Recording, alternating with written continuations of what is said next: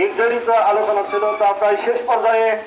আমাদের মাঝে আজকের এই আলোচনার প্রধান অতিথি ইসলামী আন্দোলন বাংলাদেশ সখীপুর উপজেলা শাখার সম্মানিত সভাপতি উপস্থিত আছেন। উনি গুরুত্বপূর্ণ আলোচনা রাখবেন এবং ওনার মোনাজাতের মাধ্যমেই আজকের আলোচনার সমাপ্তি হবে।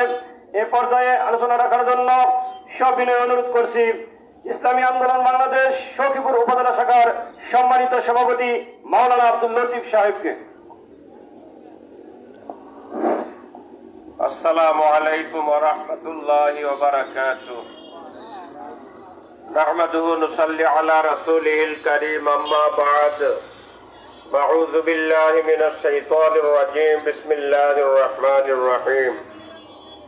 ইয়াওমা নাদ'উ কুল্লা উনাসিন বিইমামিহিম। ওয়া ক্বালা আন-নাবিয়্যু সাল্লাল্লাহু আলাইহি ওয়া সাল্লাম মান দাআ ইলাল জাহিলিয়াতি ফাহুয়া ফি জুসাই জাহান্নাম। أو كما قال عليه الصلاة والسلام صلى الله على النبي الأمي।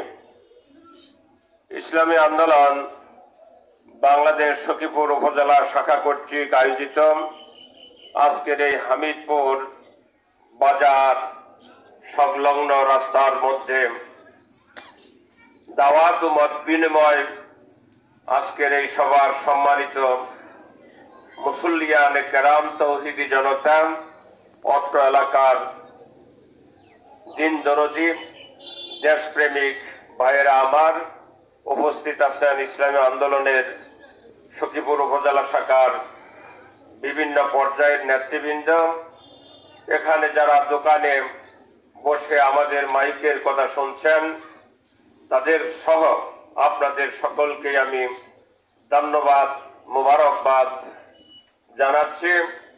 এই জন্য যে আপনারা এই প্রতিকূল পরিবেশেও আপনারা এখানে দাওয়াতের মাধ্যমে এখানে উপস্থিত হয়েছেন। আমাদের বক্তারা বলে গেছেন ইসলামী আন্দোলন বাংলাদেশ এটা কোনো প্রচলিত রাজনীতির সাথে মিলে রাজনীতি করে না। এখানে শুধুই মোমেন যারা মুসলিম হবে, যারা মোমেন হবে, তাদের সমস্ত কর্মকাণ্ড ইবাদতে গণ্য হবে। বলেন সুবহানাল্লাহ। আপনি ভাত খাবেন রসুলের তরিকায়, ইবাদত হবে। আপনি হাল চাষ করবেন রসুলের সিস্টেমে, ইবাদত হবে। আপনি বাজার নীতি করবেন, ইবাদত হবে। সমাজ নীতি করবেন, ইবাদত হবে। রাষ্ট্রীয় কাজ করবেন, ইবাদত হবে। পরিবার চালাবেন, ইবাদত হবে। সবকিছু আপনার ইবাদত হবে। আপনি রসুলের তরিকা মোতাবেক আল্লাহর জমিনে আল্লাহর দ্বীন কায়েম করার জন্য আপনি রাজনীতি করবেন, রাজনীতিতেও আপনার ইবাদত হবে। অর্থাৎ আমি এ কথাই বোঝাতে চাচ্ছি, মুমিনের সমস্ত কর্মকাণ্ড, পেশাব, পায়খানা, প্রস্রাব, বিভিন্ন হাজত, প্রয়োজনীয় সংসার যা কিছু সে করবে, বাজার ঘাট, সবকিছু আপনার মুমিনের ইবাদত হিসাবে গণ্য হয়ে যাবে। কথা বুঝতে পেরেছেন? এজন্য ভাই আমরা এখানে এসেছি, আপনাদের কাছ থেকে কোনো পয়সা চাই না। আমাদের টাকা খরচ করে ইসলামী আন্দোলন যারা করে, নিজের প্রতি মাসের 30 দিনের একদিনের আয় তারা ইসলামী সংগঠনের মধ্যে প্রদান করে। সেইগুলো দিয়ে আমাদের বিভিন্ন মিছিল, প্রোগ্রাম, দাওয়াত, মত বিনিময় অনুষ্ঠান চলে থাকে। আর অন্যান্য আওয়ামী লীগ শাসন দেখেছেন, বিএনপির শাসন দেখেছেন, জাতীয় পার্টির শাসন দেখেছেন, সমাজতন্ত্র জাসদ রবের শাসন দেখেছেন, সবকিছু আপনারা দেখেছেন। তারা রাজনীতি করে দুনিয়াতে হীনস্বার্থ চরিতার্থ করার জন্য, পয়সা কামানোর জন্য, মাল কামানোর জন্য, সম্মানের জন্য, ব্যক্তির আদর্শ বাস্তবায়নের জন্য। কি কথা ঠিক না? আর ইসলামী আন্দোলন যারাই করবে তাদের আন্দোলনের মুখ্য উদ্দেশ্য হবে আল্লাহ এবং আল্লাহর রাসূলকে এই জমিনে খুশি করে পরকালে আজীবনের জন্য মুক্তি পেয়ে সফলতা অর্জন করে আমরা সকলেই কাঁধে কাঁধ মেলে আমরা সকলেই রাসূলের সাথে জান্নাতে চলে যাব। কথা ঠিক কিনা ভাইরা আমার? বোঝার আমাদের ভুল আছে। আমাদেরকে সেই ব্রিটিশ থেকে শুরু করে আমাদেরকে মুসলমানদেরকে খালি শোষণই করেছেন আর শাসনই করেছেন, আমাদেরকে কোনো শান্তি দিতে পারে নাই। স্বাধীনতার পরে যারা এই রাষ্ট্রের কর্ণধার হয়েছে তারা আমাদেরকে কোনো শান্তি দিতে পারে নাই। দুনিয়ায় বিশ্বের মধ্যে ব্যক্তির কোন আদর্শে শান্তি আসতে পারে না। শান্তির একমাত্র মূল মন্ত্র ইসলামী শাসনতন্ত্র, শান্তির একমাত্র মূল মন্ত্র হলো রাসূলের আদর্শ আর আল্লাহ তাআলার বিধান, আল্লাহর দ্বীনকে, জীবন ব্যবস্থাকে জমিনের বুকে কায়েম করাই হলো আপনার সবচাইতে শান্তির কথা। কথা ঠিক না? আওয়ামী লীগের শাসন দেখেছেন, বিএনপির শাসন দেখেছেন, নেতা পরিবর্তনের দাঁড়াতে আপনার কোনোদিনই শান্তি আসতে পারে না। বাংলার জমিনের কেন সারা বিশ্বের মধ্যে কোন ব্যক্তির আদর্শের মাধ্যমে শান্তি আসতে পারে না।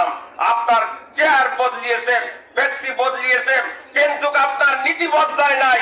এরকম ব্যক্তির দ্বারাতে আপনার কোনোদিন শান্তি আসবে না। এবিসি মনে করেন, ইংরেজি অক্ষর আছে না, এবিসি, এ চোর, বিও চোর, সিও চোর। একে আপনার হটালেন রাজনীতি করে, আন্দোলন করে বসালেন আপনার বিকে, বিও সেইভাবে চুরি করে হটালেন রাজনীতি করে, ঐক্যবদ্ধ হয়ে বিকে হটিয়ে দিলেন, আনলেন সিকে, সিও চোর। এই আন্দোলনের কোনো কাজ হবে? মানুষের ভাগ্যের পরিবর্তন ঘটবে? আপনার আমাদের এখনই সোচ্চার হতে হবে, নিজের বিবেক দিয়ে বসতে হবে। যদি আজ ইসলামে আন্দোলনই না থাকতো, ইসলামে যদি রাজনীতি না থাকতো, তাহলে আমাদের বিশ্ব নেতা নবী মুহাম্মদুর রাসূলুল্লাহ সাল্লাল্লাহু আলাইহি ওয়াসাল্লাম তিনি মক্কা শরীফে, তিনি মদিনা শরীফের মসজিদে নববীর মধ্যে ইমামতি করেছেন, রাষ্ট্রের প্রধান ছিলেন। কি কথা ঠিক না? তাহলে তিনি বলতেন, খাজুর সাহেবেরা আপনারা এই রাষ্ট্র চালান, আমি শুধু ইমামতি করি। কথা ঠিক কিনা? এটা তো আসলে ঠিক না। খাজুরেরা রাষ্ট্র চালান, আমি শুধু ইমামতি করব। রাসূল রাষ্ট্রনায়ক ছিলেন, সকলে স্বীকার করেন? রাসূল যে রাষ্ট্রনায়ক ছিলেন তা যদি আমি স্বীকার না করি, আমার ঈমানই তো থাকবে না। কি কথা ঠিক না? রাসূলের পরে সবচাইতে পৃথিবীর মধ্যে সবচাইতে বড় মানুষ, সবচাইতে দামি মানুষ হযরত আবু বকর রাদিয়াল্লাহু তাআলা আনহু। আপনারা যারা হজে গিয়েছেন, মদিনা জিয়ারত করেছেন, দেখেন আপনার রাসূলের পাশে শুয়ে আছে হযরত আবু বকর রাদিয়াল্লাহু তাআলা আনহু। তিনি মসজিদে নববীর ইমামতি করেছেন, রাষ্ট্রীয় কার্যকলাপ, রাষ্ট্রের প্রেসিডেন্ট ছিলেন। কথা ঠিক কিনা? এমনই ভাবে দ্বিতীয় খলিফা হযরত খলিফাতুল মুসলিমিন হযরত ওমর রাদিয়াল্লাহু তাআলা আনহুর প্রতি লক্ষ্য করেন, তিনি রাষ্ট্রপ্রধান ছিলেন এবং তিনি মসজিদে নববীর ইমামতি করেছেন। আর আমাদের বাংলাদেশের ইমামেরা দাওয়াত খাবার গেলে হুজুর বিসমিল্লাহ বলে শুরু করেন। কি কথা ঠিক না? এখানে একটা ব্যভিচার হয়েছে, মাতবরি করবে উলামায়ে কেরাম, হাদিস কোরআনের আলোকে আপনার বিচার কার্য চলে আমেরিকার প্রেসিডেন্ট আব্রাহাম লিঙ্কনের দ্বারাই। কি কথা ঠিক না? তাহলে আমি রাসূলের কি করে উম্মত হলাম? আমি কি রাসূলের উম্মত দাবি করতে পারি? আল্লাহর জমিনে আল্লাহর দ্বীন কায়েম করার চেষ্টা করা ফরজ। এই ফরজ থেকে যে মুমিনের, যে মুসলমানের ঘাটতি থাকবে, সে বেহেশতের গন্ধও পাবে না। বলেন সুবহানাল্লাহ। জন্য যারা এসেছে আমাদের কাছ থেকে শোষণ করে মালদার হয়েছে, বড় বড় রাজনীতিবিদ হয়েছে, আপনার অট্টালিকা নির্মাণ করেছে, রাজপ্রাসাদে থেকেছে, বাংলাদেশে ধরা পড়লেন, বিভিন্ন রাষ্ট্রে তারা অর্থ পাচার করে বড় বড় বাড়ি গাড়ি করে সেই স্প্রিং এর গতির মধ্যে তারা ঘুমন্ত অবস্থায় আছে। জনগণের ভাগ্যের পরিবর্তন তারা ঘটাতে পারে নাই। কি কথা ঠিক না? আপনার রাস্তার অবস্থা দেখেন, এখানে যদি আপনার 10 কোটি টাকা আপনার বরাদ্দ থাকে, এখান থেকে চুরি করতে করতে 30% কাজ হয়, 70% চুরি হয়ে যায়। কি কথা ঠিক না? আপনি পণ্যের দিকে লক্ষ্য করেন, বাজারের পণ্যের দিকে লক্ষ্য করেন, কি অবস্থা, মানুষ কিভাবে এইগুলো ক্রয় করবে? যাদের টাকা পয়সার ইনকাম কম, তারা বর্তমান সমাজে তাদের তো বাজার ঘাট করা, ফ্যামিলি নিয়ে চলাই তো তাদের দুষ্কর হয়ে পড়েছে। কি কথা ঠিক না? এমনটি ভাবে চলতে দেয়া যায় না। আসুন, যদি আপনারা মুসলমান দাবি করেন, কাল হাসরের ময়দানে নবীর উম্মতের পরিচয় দিতে চান এবং নবীর সুপারিশ যদি পেতে চান, নবীর আদর্শ বাস্তবায়নের জন্য আজরাইল আসার আগ পর্যন্ত আমাদের চেষ্টা অব্যাহত রাখতে হবে। কথা ঠিক কিনা ভাই? আমরা এসেছি দাওয়াত দেওয়ার জন্য। আপনারা বুঝার পরে, আপনারা বিবেকবান, বুঝার পরেও যদি ইসলামের পক্ষে কাজ না করেন, ভোট আপনি সেই মাউসেদং, সেই আপনার আমেরিকা আব্রাহাম লিঙ্কনের আদর্শ, আপনার বিভিন্ন কার্ল মার্কস তাদের আদর্শ বাস্তবায়নের রাজনীতির পিছে দৌড় মারেন, এই সমস্ত মানুষ কাল হাসরের ময়দানে রসুলের কাছে কোন সুপারিশ পাবে না। স্পষ্ট কথা। আমাদের হুজুরেরাও বিভিন্ন মসজিদ ইমামতি করে, তারাও ভীত সন্ত্রস্ত। তারা কোরআনের এই যে আল্লাহ ব্যবস্থাপনা দিয়েছেন বিচার কার্যের, এরকম কোন কথা মসজিদ এবং মাদ্রাসার ওয়াজ মাহফিলে কেন হয় না? হয় না, তার ইমামতি চলে যাবে, তার উপরে পেট্রাঘাত পড়বে, এই জন্য কোরআনের কোনো কথা বলে না। কি কথা ঠিক না? এজন্য ভাই আসুন, আপনি বলতে পারেন ইসলামী আন্দোলনে যদি আমরা ভোট দেই, হাত পাকা মার্কায় ভোট দেই, আমাদের কি উপকার হবে? প্রশ্ন আসে কিনা? ইসলামী আন্দোলন সব শাসন দেখেছেন সেই ৭১ সাল থেকে, একটিবার ইসলামী আন্দোলন কি আপনি ভোট দেন, হাত পাকা মার্কাকে বিজয়ী করেন, ইনশাআল্লাহ আল্লাহর জমিনে আল্লাহর দ্বীন কায়েম হবে, আপনার ন্যায্য সাম্য ন্যায়বিচার প্রতিষ্ঠা হবে, সকলে কাঁধে কাঁধ মিলে আপনারা চলতে পারবেন। নিচে যে আছেন, নিচে তাদের অধিকার আপনার ফিরিয়ে দেওয়া হবে, রাস্তাঘাট ব্রিজ কালভার্ট যথাযথ কাজ হবে, পণ্যের দ্রব্যের মূল্য কমিয়ে হ্রাস করে রাষ্ট্রীয় কোষাগার থেকে ভর্তুকি দিয়ে জনগণের ক্রয়ের ক্ষমতার ভিতরে আনা হবে ইনশাআল্লাহ। ইসলামী আন্দোলন যা বলে তাই করার চেষ্টা করে। হয়তো আপনারা জানেন না, আমি 18 সালে এখানে আমি এই হাত পাকা মার্কা ইসলামী আন্দোলন থেকে আমি নির্বাচন করেছিলাম।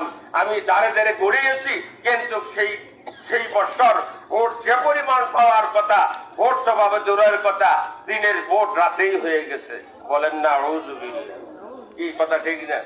আপনারা কোন আদর্শে আছেন তা আমি জানি না, কিন্তু বাস্তবতা আপনাদেরকে পরকালে যে আমাদের হুজুর উনি বলেছেন, নিজে বাঁচাও তোমার পরিবারকে বাঁচাও। শুধু নামাজ রোজা হজ যাকাত করলেই আপনি বাঁচতে পারবেন না। রসুল যে মিশনের কাজ করেছেন, রসুল 4টা মিশনে কাজ করেছেন, দাওয়াত তালিম তাজকিয়া জিহাদ 4 মিশনে কাজ করেছেন। তার মিশনে যদি উম্মত কাজ না করে, তাহলে রসুলের সুপারিশ কাল হাসরের ময়দানে পাওয়া যাবে না। ওই মিশন 4 মিশন, রসুলের 4টা মিশন কাজ ছিল, দাওয়াত তালিম তাজকিয়া জিহাদ। তাজকিয়া মানে এই অন্তরকে আত্মশুদ্ধি করা। কথা বুঝতে পারছেন? হয়তো আমাদের কথাগুলো অনেকের ভালো লাগবে না, কারণ একজন আরেকজনকে সমর্থন করে, তারা আমাদের কথাকে সেভাবে নেবে না। কি কথা ঠিক কিনা? আপনাদের বুঝের জন্যই আমাদের এই পথসভা, দাওয়াতি সভার আয়োজন করা হয়, কাল হাসরের ময়দানে যেন আমরা আল্লাহর কাছ থেকে বাঁচতে পারি। আল্লাহ বলেন, হ্যাঁ আব্দুল লতিফ, আমার জমিনে তোমাকে আমি সৃষ্টি করেছিলাম, আমার জমিনে আমার দ্বীন কায়েম করার জন্য কি চেষ্টা করেছো? কাল হাসরের ময়দানে আমরা তো বলতে পারবো যে আমরা দাওয়াত দিয়েছি, মানুষকে বোঝানোর চেষ্টা করেছি। এখন তুমি তাদের মাধ্যমে মানুষের অন্তর ঘুরানোর মালিক হলা তুমি যেহেতু করো নাই, আমাদের কি আছে? আল্লাহ তাআলা আমাদেরকে মাফ করে দিবেন। কথা ঠিক কিনা? ভোটের কথা কোরআনে আছে, বাংলায় অনুবাদ করে গেছেন। ইসলামের যত বিষয় সবকিছু কোরআনে আছে। এই কোরআনের ব্যাখ্যাগুলোই আপনার রাসূল করেছেন, কোরআনের তাফসীর করেছেন। বলেন সুবহানাল্লাহ। ومن يشفع شفاعة حسنة يكن له نصيب منها ومن يشفع شفاعة سيئة يكن له كفل منها। আমার আল্লাহ তাআলা বলেন, যে ব্যক্তি কোন ব্যক্তিকে সুপারিশ করবে, ভোট দেওয়া মানে ম্যান্ডেট দেওয়া, ভোট দেওয়া মানে সাক্ষ্য প্রদান করা। আপনি একজন ভালো মানুষকে সংসদে পাঠালেন, আপনি ম্যান্ডেট দিয়ে একজন ইউপির সদস্য নির্মাণ করলেন, এই লোকটা ভালো মানুষ, এর দ্বারাতে সেবা হবে। ইউনিয়ন চেয়ারম্যান আপনি ম্যান্ডেট দিলেন, উনি একজন ভালো মানুষ, ওনার দ্বারাতে জনগণের উপকার হবে, রাষ্ট্রের উপকার হবে, ইউনিয়নের উপকার হবে। এমনই ভাবে আপনার এমপি সাহেবের আপনারা সাক্ষ্য দিলেন, ম্যান্ডেট দিলেন, ভোট দিলেন, আপনি ভাবলেন ওনার দ্বারাতে উপকার হবে। যদি জনগণের সেবা করে, ভালো কাজ করে, তাহলে যে সওয়াব তার হবে, সেই পরিমাণ সওয়াব যিনি সাক্ষ্য দিয়েছেন, ভোট দিয়েছেন, তার আমলনামায় যোগ হয়ে যাবে। আর যতগুলো গুনার কাজ করবেন, যতগুলো আপনার মারামারি করবেন, দাঙ্গামা হাঙ্গামা করবে, যতগুলো অন্যায় কাজ করবেন, মদের লাইসেন্স পাস করবেন, পতিতালয় আপনার সুপারিশ করবেন, অনুমতি দিয়ে দিবে, যতগুলো রাস্তা ব্রিজ কালভার্ট যতগুলো থেকে যত টাকা চুরি করবে, যারা ওই ব্যক্তিকে, অসৎ ব্যক্তিকে সাক্ষ্য প্রমাণ বা ভোট দিয়েছে, ওই পরিমাণ গুনাহ যিনি ভোট দিয়েছেন তার আমলনামায় হয়ে যাবে।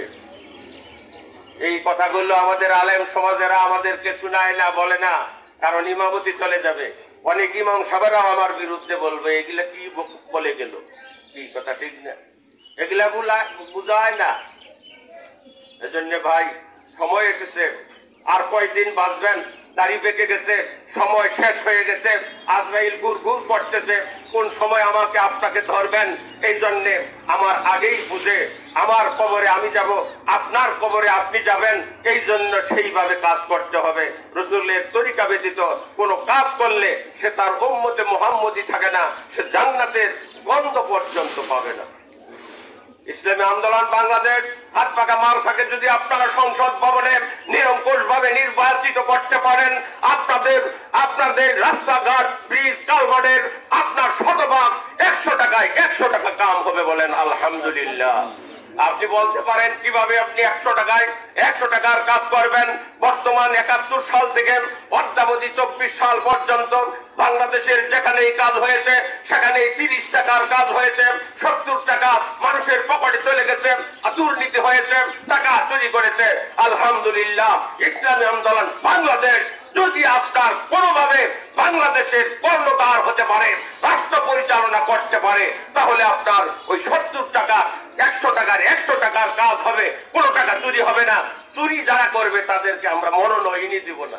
এই কথা ঠিক কিনা ভাই? জুমার দিনে আল্লাহ তাআলা বলেছেন, ইজা নুদিয়া লিস-সালাতি মিন ইয়াউমিল জুমআহ, যখন জুমার আযান দেওয়া হয় তোমরা তাড়াতাড়ি মসজিদের দিকে দৌড়াও।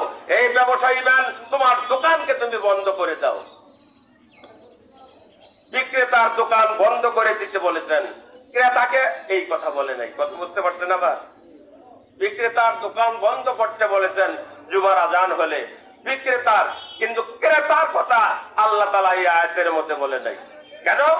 তার কারণ হলো বিক্রেতা যদি তার দোকান খুলে থাকে, জুমার নামাজ বাদ দিয়ে সে কিনতে আসবে ক্রেতা। কি কথা ঠিক না? মুফাসসিরিনে বলেন এজন্য বিক্রেতার কথা বলা হয়েছে, ক্রেতার কথা বলা হয় নাই। দোকান বন্ধ থাকলে ক্রেতা সে ঘুরে সে মসজিদে চলে যাবে। দোকান যেহেতু বন্ধ, আমার পণ্য ক্রয় করা হবে না, সে মসজিদে চলে যাবে। যেহেতু সৎ মানুষকে, নেককার আল্লাহওয়ালা খোদাবিরু মানুষকে এমপি পদে, চেয়ারম্যান পদে, মেম্বার পদে আপনার মনোনয়ন দেওয়া হবে, চুরি তো দূরের কথা, শতভাগ কাজ হবে। এরপরে আপনার কন্ট্রাক্টর সে বিল আপনার সরকারের কাছ থেকে নেবে। কথা বুঝতে পেরেছেন? একবার আলেমদের কাছে ক্ষমতা দিয়ে দেখেন, আলেমেরা কি জানে। আমাদের ইসলামী আন্দোলন বাংলাদেশের এই হাত পাকা মার্কা নিয়ে চরকাদিরা ইউনিয়নের একজন হাফিজ হুজুর যারা বটগাছ মার্কা ইলেকশন করেছিলেন, আপনারা যারা প্রবীণ জানেন, ওনার মেয়ের জামাই আপনার খালেদ সাইফুল্লাহ সাহেব 2 বার চেয়ারম্যানগিরি করেছেন। মানুষের বয়স্ক ভাতা, মানুষের টাকা পয়সা অর্থ করি সরকার থেকে যা বরাদ্দ করা হয়েছে, উনি একটা টমটম বানিয়ে সেইগুলো নিয়ে প্রত্যেকের বাড়ি বাড়ি ঘুরে ঘুরে সেইগুলো পরিশোধ করেছেন।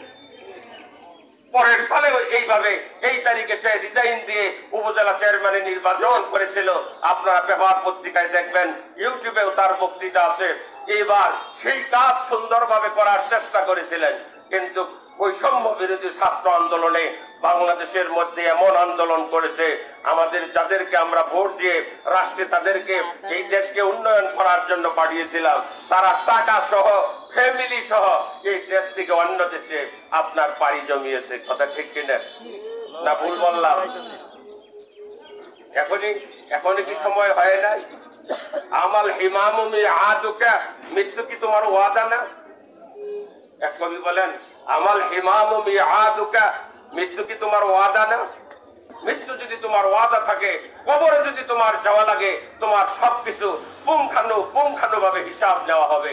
তুমি কিভাবে আয় করেছো, কিভাবে তুমি ব্যয় করেছো, তুমি কোন ভাবে চলেছো, তোমার বৃদ্ধ বয়স কোন ভাবে কাটিয়েছো, যৌবন কাল কোন ভাবে কাটিয়েছো, একটা প্রশ্নের উত্তর না দেওয়া পর্যন্ত জান্নাতের নাম নেওয়া যাবে না। আমি মনে করি আমাদের এই কয়েক বক্তার মাধ্যমে আপনারা বুঝতে পেরেছেন, লম্বা চূড়া কথা না, যারা বোঝার অল্প কথাতেই বোঝা যায়। কি কথা ঠিক না? আমাদের মরতে হবে। আপনার কবরে আপনি যাবেন, আমার কবরে আমি যাব। আমাদের হিসাব কিতাব মিলাইয়া আল্লাহর রাসূল বলছেন কবরে যাইও, আসরের ময়দানে যাইও, হিসাব কিতাব মিলিয়ে। আপনাদের সকলকে ধন্যবাদ জানাই। আমাদের এই পথের দাওয়াতি ও মত বিনিময় সভায় যদি আপনাদের কোনো প্রশ্ন জাগে আপনারা করতে পারেন, আমরা উত্তর দেওয়ার চেষ্টা করব ইনশাআল্লাহ। আর যদি আপনাদের কোনো মত বিনিময় না থাকে, আপনাদের পক্ষ থেকে কোনো প্রশ্ন যদি না আসে, তাহলে আমরা আমাদের আজকের এই ছোট্ট দাওয়াতি সভায় যে মেসেজ দিয়ে গেলাম, এই মেসেজের মাধ্যমে কাজ করার জন্য অনুরোধ করছি। পরকালে মুক্তির জন্য আপনার সরকার গঠন করা মুখ্য উদ্দেশ্য না, দেশের আপনার অর্থনৈতিক